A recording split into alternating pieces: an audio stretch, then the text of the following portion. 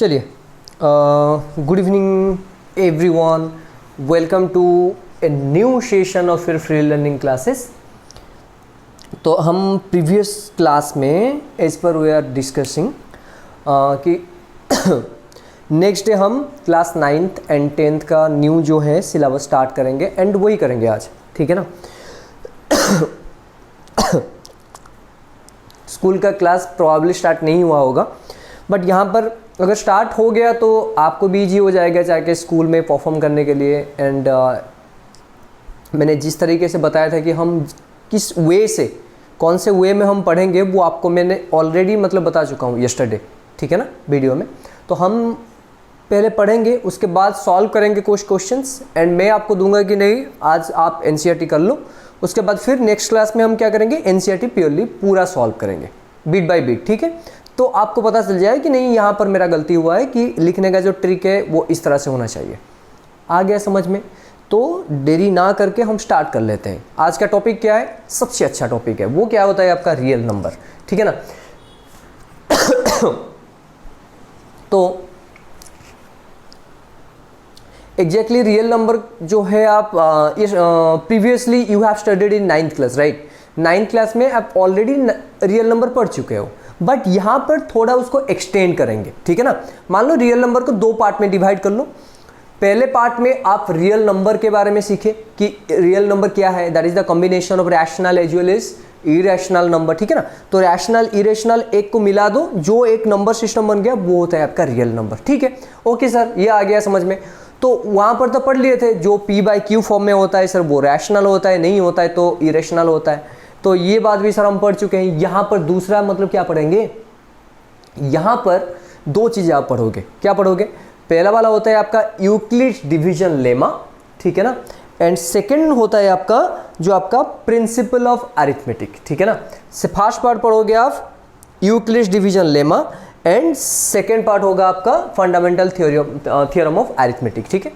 तो real number का extended part. अच्छा सर क्यों ये हम पढ़ेंगे? देखो, यूक्लिड्स डिवीजन लेमा जो होता है वो एक तरीका होता है रिप्रेजेंटेशन, ठीक है ना। एक नंबर को आप रिप्रेजेंट करोगे, दो नंबर ए मान लो बी मान लो, उसको हम किस तरह से रिप्रेजेंट कर सकते हैं, उनके बीच में किस तरह से रिलेशन बना सकते हैं, ठीक है ना। तो वो आपका यूक्लिड डिवीजन दे दिया, ठीक है ना। उसमें दो चीज़ें हैं, एक लेमा है एंड एक एल्गोरिथम है। मैं समझा दूंगा आपको एल्गोरिथम क्या होता है, लेमा क्या होता है। तो पहले हम बेसिक चीज़ें समझ लेते हैं कि हम पढ़ेंगे एग्जैक्टली क्या पढ़ेंगे, ठीक है। तो यूक्लिड्स डिवीजन लेमा में हम क्या करेंगे, उसको यूज करके आप क्या करोगे, HCF निकालोगे, ठीक है ना। तो जनरली यूक्लिड्स डिवीजन लेमा जो यूज होता है वो HCF के लिए होता है। तो उसमें आप HCF निकाल सकते हो आराम से, जो आपका यूक्लिड्स डिवीजन लेमा होता है। प्रिंसिपल जो फंडामेंटल थ्योरम ऑफ अरिथमेटिक होता है, जो सेकेंड पार्ट हम पढ़ेंगे, ठीक है ना। Fundamental theorem of arithmetic use करके आप इरेशनल जो नंबर होता है वो प्रूव करोगे। √2, √3, √4, √5, √6 ये जो है आपका रैशनल नंबर नहीं है, तो वो आपको प्रूव करना पड़ेगा, ठीक है ना। √2 is not a rational number, √2 is an irrational number, prove this. तो आपको वो प्रूव के लिए आपको क्या चाहिए, ये प्रिंसिपल और जो प्रिंसिपल ऑफ अरिथमेटिक, ठीक है ना, फंडामेंटल प्रिंसिपल ऑफ अरिथमेटिक वो चाहिए। तो अभी हम क्या करेंगे, एक के बाद एक डिस्कस करेंगे। पहला वाला हो गया आपका यूक्लिड्स डिवीजन लेमा। आ गया समझ में, बेसिक समझ में आ गया। तो यहाँ पर हम दो पार्ट पढ़ेंगे। एक पार्ट में यूक्लिड्स डिवीजन लेमा, उसको सॉल्व करेंगे, उसको यूज करके क्या क्या निकाल सकते हैं, HCF कैसे निकालेंगे वो देखेंगे। उसके बाद यूक्लिड्स डिवीजन लेमा में और भी एक चीज़ है, क्या है, डिफरेंट टाइप्स ऑफ प्रूफ्स आता है कि हाँ एंड 1 2 3 4 नहीं, M and N, X and Y इस टर्म में आता है, ठीक है ना। तो वो प्रूफ भी हम करेंगे। आ रहा है समझ में?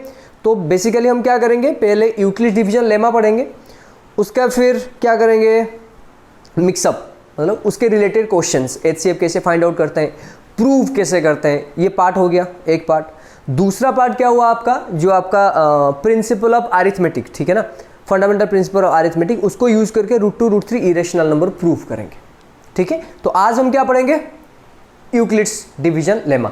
तो चलिए स्टार्ट कर लेते हैं आपका आज का session, that is the Euclid's division lemma, ठीक है। फर्स्ट टॉपिक ये है यूक्लिड्स डिवीजन लेमा, ठीक है, यूक्लिड्स डिवीजन लेमा। ओके, देखो एक एग्जाम्पल दिया गया है जो भी बहुत अच्छा एग्जाम्पल है, आपका एनसीईआरटी बुक में भी होगा, देख लेना, ठीक है ना। एक सेलर क्या कर रहा था, मतलब एक सेल करने के लिए, एक सेल करने के लिए गया। So there was an egg seller who was walking through the town to sell his eggs नहीं जो आपका hen का जो एग है वो सेल करने के लिए गया, ठीक है।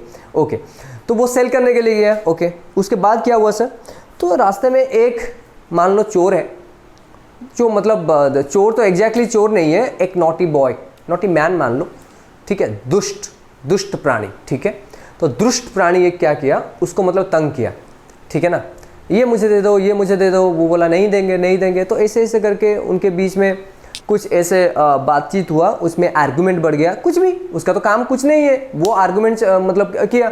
तो आर्गुमेंट के बाद क्या हुआ, उनके बीच में झगड़ा हो गया। झगड़ा होने के बाद वो जो आपका दुष्ट प्राणी था, वो जो कैरी कर रहा था ना, उसमें वो जो आपका क्या बोलते हैं, जो भी है ऊपर जो आपका जो बस्ता, ठीक है, उसमें अंदर आपका क्या था, एग्स थे। तो वो टूट गया, नीचे गिर गया। तो उसमें क्या हुआ, ब्रेक डाउन हो गया उनका, मतलब ब्रोकन डाउन। तो ब्रेक होने के बाद क्या हुआ, वो गया पुलिस स्टेशन में कंप्लेन दिया कि सर ये ऐसे ऐसे हुआ, तो जितना एग ब्रेक हुआ है उसका जो अमाउंट है उसको पे करना पड़ेगा, ठीक है। तो जो पुलिसमैन था वो बोला कि कितना एग आपका ब्रेक डाउन हुआ था, सॉरी ब्रेक डाउन का मतलब तो दूसरा हो गया, ब्रेक हुआ था, ठीक है। तो वो क्या कहता है, एक ट्रिक करता है, मतलब ट्रिक से वो ये सुलझाता है, एक मतलब मान लो पहेली। तो पहेली क्या था, if eggs are counted in pairs, eggs are counted in pairs, if eggs are counted in pairs, one will remain, if eggs are counted in 3, if eggs are counted in 3, 2 will remain, ठीक है। if eggs are counted in 4, 3 will remain, if eggs are counted in 5, 4 will remain, if eggs are counted in 6, 6 will remain, if eggs are counted in 7, 0 will remain। मतलब यहाँ पर अगर counted 7 में करेंगे तो कुछ भी नहीं बचेगा। एंड वो बोला जो मेरा बास्केट है, जो बस्ता है, ठीक है ना, जो माई बास्केट कैन नॉट accommodate, ठीक है, मोर देन 150 eggs, मतलब मैक्सिमम कितना एग्स रह सकता है, 150 एग्स रह सकता है, ठीक है। तो पुलिसमैन था वो पूछा कि सर आपका कितना एग्स जो है ब्रेक हुआ है। वो एक पहेली क्रिएट कर लिया, एक पजल क्रिएट कर लिया कि सर अगर एग्स आप पेयर में काउंट करेंगे, मतलब 2 2 करके काउंट करेंगे तो कितना बचेगा, 1 बचेगा। अगर 3 करके काउंट करेंगे तो 2 बचेगा, 4 करके काउंट करेंगे तो 3 बचेगा, फिर 5 करके 4 बचेगा, 6 करके 6 बचेगा, 7 करके 0 बचेगा, ठीक है। आ गया, और सॉरी ये 5 होगा ना, सॉरी। तो ये पहली दे दिया। अच्छा, अभी हम क्या करेंगे, इसको थोड़ा सा मतलब क्या करेंगे, पजल सॉल्व करेंगे। अच्छा ओके, तो मान लीजिए टोटल नंबर ऑफ एग कितना हुआ, नंबर ऑफ एग मान लो बेटा कितना हो गया, let's say A, number of egg कितना हो गया, ए हो गया सर। ओके, हम नीचे से स्टार्ट करते हैं। अच्छा, टोटल एग कितना होगा सर, अगर आप 7 में पेयर करोगे, पेयर तो नहीं है, 7 में ग्रुप करोगे तो कितना होगा, 0, मतलब नहीं रहेगा। तो 7 इंटू मान लो आपने कुछ ले लिया ऐसे, 7 इंटू समथिंग ले लिया, प्लस अब कितना, 0, नहीं आया समझ में। ये आपका मतलब ग्रुप है, ये आपका एक ग्रुप है, ठीक है ना। 7 लेके आप ग्रुप बनाया। अगर 7 लेके कितना ग्रुप पता नहीं है तो नंबर ऑफ ग्रुप्स कितना हुआ, P। अगर 7 लेके ग्रुप करोगे आप तो आंसर में मतलब लास्ट में कितना मतलब आएगा, लास्ट में 0 आएगा, क्योंकि 0 विल रिमेन। सिमिलरली अगर फिर 6 लेके काउंट करोगे, मान लो बेटा 6 क्यू ले लिया मैंने, तो कितना बचेगा आपका, 5 बचेगा सर। फिर अगर 5 ले लोगे तो कितना बचेगा, 4 बचेगा। अगर सर आप 5 के बाद 4s ले लोगे तो कितना बचेगा बेटा, 3 बचेगा। फिर a इक्वल टू 3s लोगे तो कितना बचेगा बेटा, 2 बचेगा। a इक्वल टू 2s लोगे तो कितना बचेगा, 1 बचेगा। आ गया समझ में? तो ये रिलेशन है, ये टोटल कितने क्या है, रिलेशन। ये रिलेशन को आप कंपेयर करके निकाल सकते हो a का वैल्यू कितना है। आ रहा है समझ में? मतलब a का वैल्यू कुछ ऐसे लो जो कि 7 में डिविजिबल हो जाए, जो कि आपका 150 से नीचे होगा। बताओ कितना होगा फिर 150 से नीचे एक नंबर बताओ जो 7 में डिविजिबल हो जाएगा, और बता दो कितना होगा। 7 में डिविजिबल होगा तो कितना आएगा। ओके देखो, एंड मान लो बेटा आपको सॉल्व करोगे तो बेटा कितना आंसर आएगा, 119। चलो तो 7 में डिवाइड करते हैं, 7 1 जा 7, तो ये आ गया 4 9, तो 7 7 जा 49। ओके ओके 119 को आप 6 में सॉल्व करो, 119 को आप अगर 6 में सॉल्व करोगे तो कितना है बेटा, ये 1 बनेगा, सॉरी 6 1 जा 6, ये हो गया 59। तो ये बनेगा आपका कितना होगा, भूल जाता हूँ मैं 9, तो 9 को लगाओगे यहाँ पर 54, तो 5 आ गया। देखो तो बेसिकली ये जो है बेटा a को आप क्या कर रहे हो, कुछ यहाँ पर फैक्टर आ रहा है, कुछ यहाँ पर आ रहा है, ये आ रहा है। 7 में p मल्टीप्लाई करोगे तो 0 ऐड करने पर a आएगा। देखो तो 7 में 17 मल्टीप्लाई करोगे, उसके बाद 0 ऐड करोगे, तब क्या आएगा, 119। तो इसका मतलब ये हुआ, तो ये मेरे लिए मान लो सर a है, एंड ये मान लो बेटा b है, तो ये मेरा बन गया कोशिएंट, एंड ये मेरा बन गया रिमाइंडर। आ गया समझ में? तो आप a को कैसे लिखोगे आप, तो a इक्वल टू आप लिख सकते हो sir b into Q plus of r। हाँ sir, this is the division lemma. Sir ये क्या है आपका, मुझे तो पता है इसमें ये मल्टीप्लाई करके ये ऐड करने पर ये आएगा। हाँ सर वही है, लेकिन वो थोड़ा सा डिफरेंट दिए। क्या दिए, ये जो बेटा b वैल्यू, ये जो रिमाइंडर है, एंड यहाँ जो b है बेटा, b वैल्यू रिमाइंडर से ज़्यादा होगा, रिमाइंडर कभी b से ज़्यादा नहीं होगा। तो रिमाइंडर ऑलवेज किसके किसके बीच में रहेगा बेटा, 0 से लेके b के बीच में। आगे समझ में? रिमाइंडर हमेशा क्या होगा, 0 से लेके b में रहेगा। देखो अभी यहाँ पर बेटा कितना आया, 5 आया, ऑब्वियसली 5 इज लेस देन कितना हुआ, 6। ये रिमाइंडर है, ये b है, तो reminder is always less than, equal नहीं होगा, इक्वल यहाँ पर 6 आ जाता, तो 6 1 जा 6 हो जा। तो यहाँ पर आपको एक चीज ध्यान रखना है, क्या ध्यान रखना है आपको, सर यहाँ पर 6 है तो यहाँ पर 6 के नीचे ही आएगा। तो this is the division lemma. आ गया समझ में? ठीक है ना? ये प्रोसेस हम करेंगे अभी अभी प्रोसेस करेंगे कैसे सॉल्व करना है, HCF कैसे निकालना है। ठीक है ना? ये बात समझ में आ गया आपको, यूक्लिड डिविजन लेमा। चलो ठीक है, स्टेटमेंट लिख देते हैं अभी। ये नहीं चाहिए, ठीक है ना, ये अभी नहीं चाहिए। ओके तो अभी स्टेटमेंट लिख देते हैं, यूक्लिड डिविजन लेमा का स्टेटमेंट लिख देते हैं। ठीक है, okay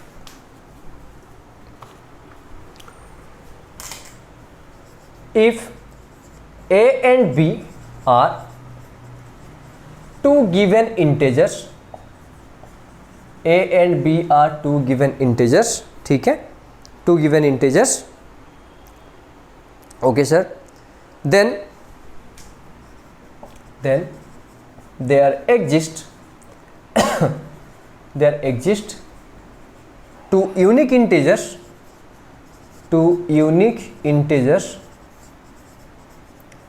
q and r such that two integers q and r such that a equal to b into q plus of r provided condition क्या है बेटा, r का जो वैल्यू है वो 0 से ज़्यादा रहेगा एंड b से लेस होगा। This is the Euclid division lemma. आ गया समझ में? ठीक है ना बेटा? अच्छा यहाँ पर एक चीज़ आपको मतलब दिया होगा बेटा, वो एक होता है आपका एल्गोरिदम, ठीक है ना, एंड सेकेंड होता है बेटा लेमा। ठीक है, अच्छा एग्जैक्टली ये एल्गोरिदम क्या होता है बेटा एंड लेमा क्या होता है, ठीक है ना? ओके एल्गोरिदम क्या होता है बेटा, एक algorithm is a number of steps. आप एक प्रॉब्लम सॉल्व करोगे, उसमें 5 स्टेप बन सकता है, 6 स्टेप बन सकता है, मल्टी स्टेप बन सकते हैं, एक स्टेप भी हो सकता है। जो आपने स्टेप में प्रोसीजर फॉलो किया ना, वो होता है आपका एल्गोरिदम। ठीक है, एंड लेमा क्या होता है सर? लेमा का मतलब होता है एक स्टेटमेंट जो कि ऑलरेडी प्रूव हो चुका है, एक प्रूवन स्टेटमेंट होता है, उसको आप यूज करके दूसरा स्टेटमेंट प्रूव कर सकते हो। आ गया समझ में? एल्गोरिथम मतलब स्टेप्स, ठीक है, procedure to solve a problem, ठीक है ना। एल्गोरिथम में आप कंप्यूटर साइंस में पढ़ रहे होगे कि एक प्रॉब्लम को सॉल्व करने के लिए कैसे कैसे होगा, तो स्क्वायर होता है एंड सर्कल होता है, रेक्टेंगल होता है, ठीक है ना। तो अभी हम उसमें चर्चा नहीं करेंगे, तो सिंपल यहाँ पर चर्चा जो कर रहे हैं आप एल्गोरिथम, तो वो प्रोसीजर होता है, एक प्रोसीजर होता है, स्टेप बाय स्टेप होता है, जिसको बना के आप क्या करते हो, सॉल्व करते हो क्वेश्चन। आगे समझ में? ये हो गया एल्गोरिथम। लेमा क्या होता है? एक प्रूवन स्टेटमेंट होता है जिसको यूज करके दूसरा आप कुछ भी स्टेटमेंट प्रूव कर सकते हो, ठीक है। तो एल्गोरिथम लिख लो। एल्गोरिथम क्या है बेटा? Well defined steps. एल्गोरिथम होता है well defined steps to solve problem with proper procedure, ठीक है, प्रॉपर प्रोसीजर, ठीक है। तो एल्गोरिथम आ गया समझ में? तो एल्गोरिथम क्या होता है? एक वेल डिफाइंड स्टेप्स होते हैं, सीरीज ऑफ बना सकते हो आप, ऐसे भी लिख सकते हो, series of well defined steps to solve problems with proper procedure, ठीक है। प्रोसीजर फॉलो अप करके स्टेप बाय स्टेप आप सॉल्व करोगे, उसको बोलते हैं, क्या बोलते हैं? एल्गोरिथम। लेमा क्या होता है? ये प्रूवन स्टेटमेंट है already, it is a proven statement used to prove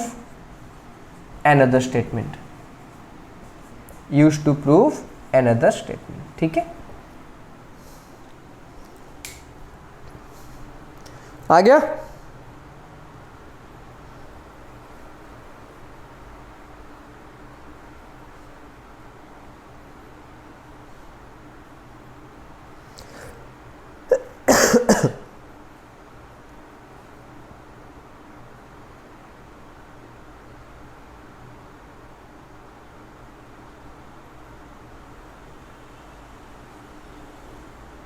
हो गया?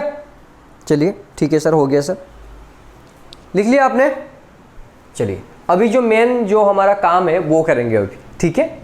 अच्छा वो क्या है सर? HCF सॉल्व करेंगे by Euclid's division lemma to find out HCF। Second step बेटा ये हेडिंग दे दो, टू फाइंड HCF। तो HCF भी फाइंड आउट करना है आपको by using Euclid's division lemma. चलिए आपको एक एग्जाम्पल की तरह, मतलब एग्जाम्पल को लेके समझते हैं, उसके बाद हम स्टेप्स लिख देंगे, ठीक है।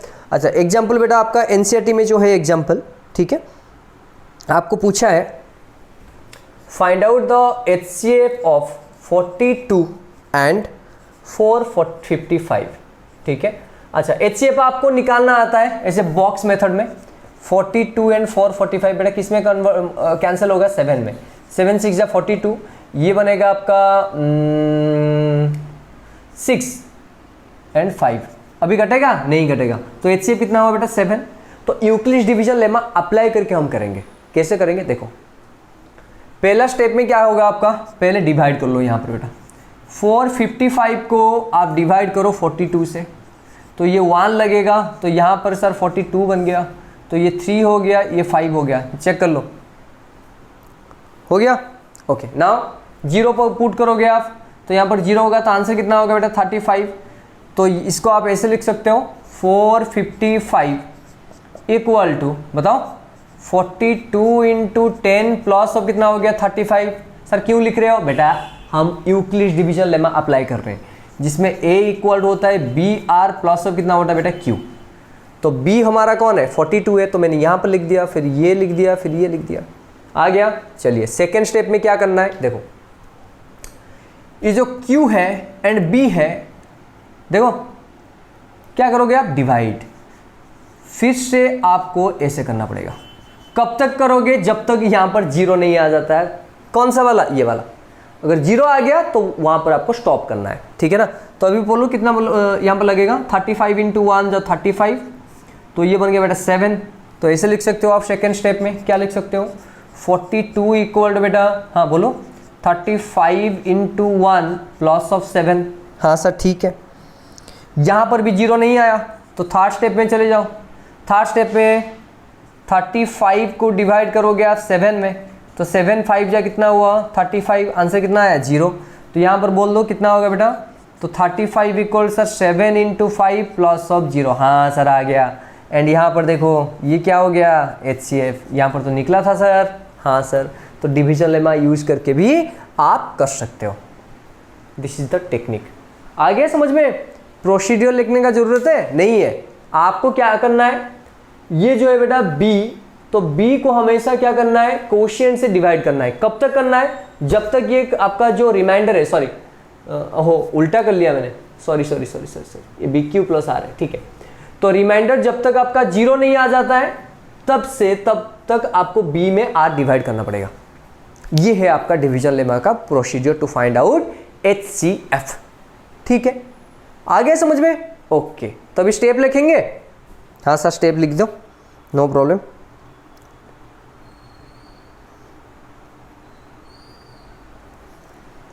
ठीक है, आ गया। तो स्टेप्स क्या करना है, देखो स्टेप्स में कुछ नहीं करना है। अच्छा, आपको बुक्स में बहुत सारे स्टेप्स दिया होगा, लेकिन मैं वो करने वाला नहीं हूं, नहीं तो आप यहां पर क्यों पढ़ रहे हो ठीक है ना। तो स्टेप्स क्या है, divide B with R till R becomes और till R equal to 0। जब तक आप रिमाइंडर 0 नहीं मतलब आ जाता तब तक आपको क्या करना पड़ेगा, 0 करना पड़ेगा। एंड HCF कौन बनेगा सर, HCF इक्वल बनेगा B। जब 0 आ जाएगा तो HCF कौन बनेगा आपका B। डन। अरे आ गया कि नहीं, ये लिख लो क्विक। और एक क्वेश्चन करेंगे क्विक।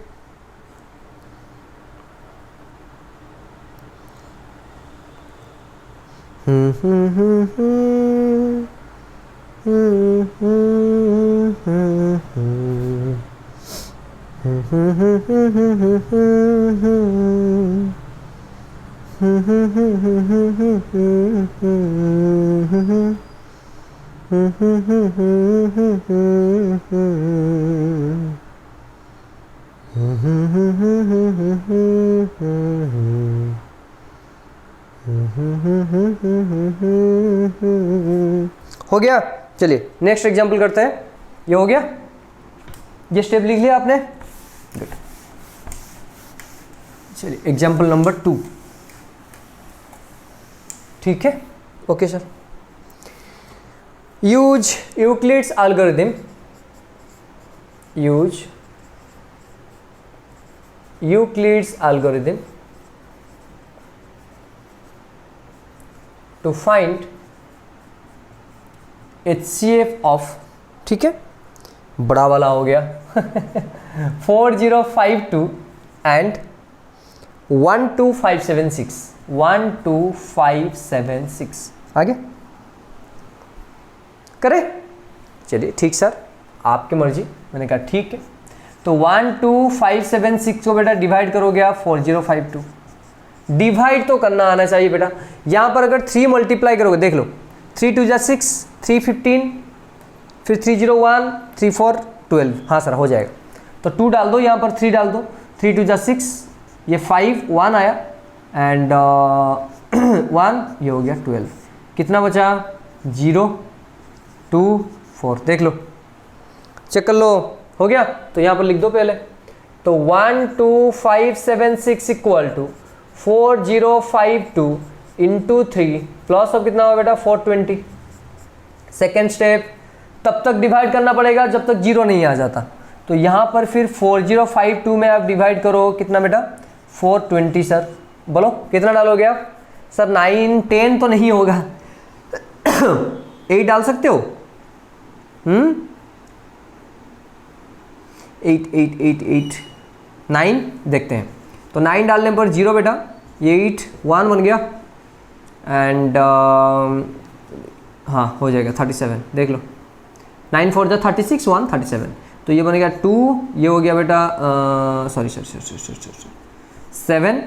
ये हो गया 272। तो सेकेंड स्टेप में क्या आएगा 4052 equal to 420 into 9 loss of कितना बना बेटा आपका 272, ठीक है, तब भी 0 नहीं आया, ठीक है सर। उसके बाद और एक डिवाइड करो, 420 डिवाइडेड बाय 272, आ रहा है समझ में या नहीं आ रहा है? हाँ सर, पूरा अच्छी तरह से समझ में आ रहा है, ठीक है। 1 डाल दो तो ये 272 बनेगा, ये बेटा 8 हो गया, ये हो गया आपका 4 हो गया, ठीक है ना, एंड यहाँ पर आपका 1 गया, ठीक है। तो ये 420 equal to 272 into 1 plus of 148, तब भी 0 नहीं आया, ठीक है। फिर डिवाइड करो, 272 से डिवाइड करोगे बेटा 148, ठीक है ना, 1 ये हो गया 148, 4 ये 2 1, तो 4 स्टेप में क्या होगा, 272 equal to 148 into 1 plus of 124, तब भी 0 नहीं आया, ठीक है। और एक बार 148 इक्वल टू कितना होगा 124 इंटू 1 प्लस ऑफ 24, नहीं आया समझ में, डिवाइड करना पड़ेगा सर कर लीजिए, 48 124 1, तो 124 बन गया, 4 हो गया बेटा ये 24 आ गया। फिर अगेन सर नहीं आ रहा है, जब तक नहीं आएगा आपको करना पड़ेगा, तो 124 से आप डिवाइड करोगे 24 9 डालोगे, अरे 9 किससे होगा, 24 है ना, तो 9 नहीं होगा, कितना होगा 6 4 1 4 नहीं, गड़बड़ हो गया, 2 2 2 2 2 2 2 2 नहीं 5 डालेंगे, ठीक है। तो 24 5 जा 110, तो ये 4 आया, ये 1 आया, ठीक है ना।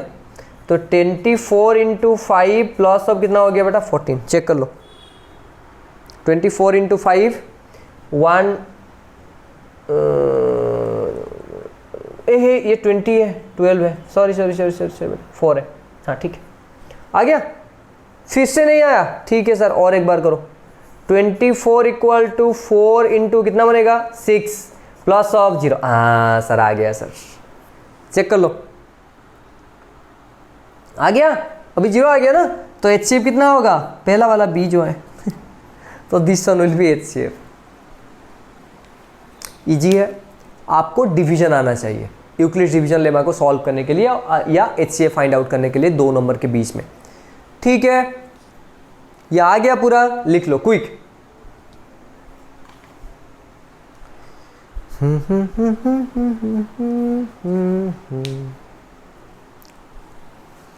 तो आपको क्या करना है मैं बोल देता हूं, आपका जो कल का ड्यूटी है बेटा, आपको एक्सरसाइज 1.1 NCERT, ठीक है, NCERT का एक्सरसाइज 1.1 का नंबर 1 करना है, नंबर 1 का बीट का A B एंड C, ठीक है।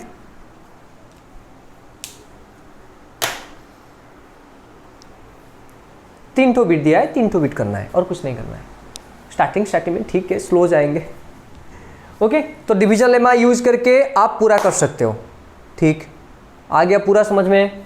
एंड ये एक्सरसाइज आपको आज करना है, ठीक है, कल के बीच मतलब कल के अंदर आप कर लो, 3 ही क्वेश्चन है, सिंपल डिवीजन करके आपको निकालना है HCF, हो गया। अभी चलेंगे, देखो कर लिया हमने, कितना देर लगा, हाफ एन आवर, चलो ठीक है, मस्त, ठीक है, खाओ पियो मस्ती आराम से, आ गया, चलो ठीक है, कल मिलते हैं फिर, till then be happy, keep smiling, good night बेटा।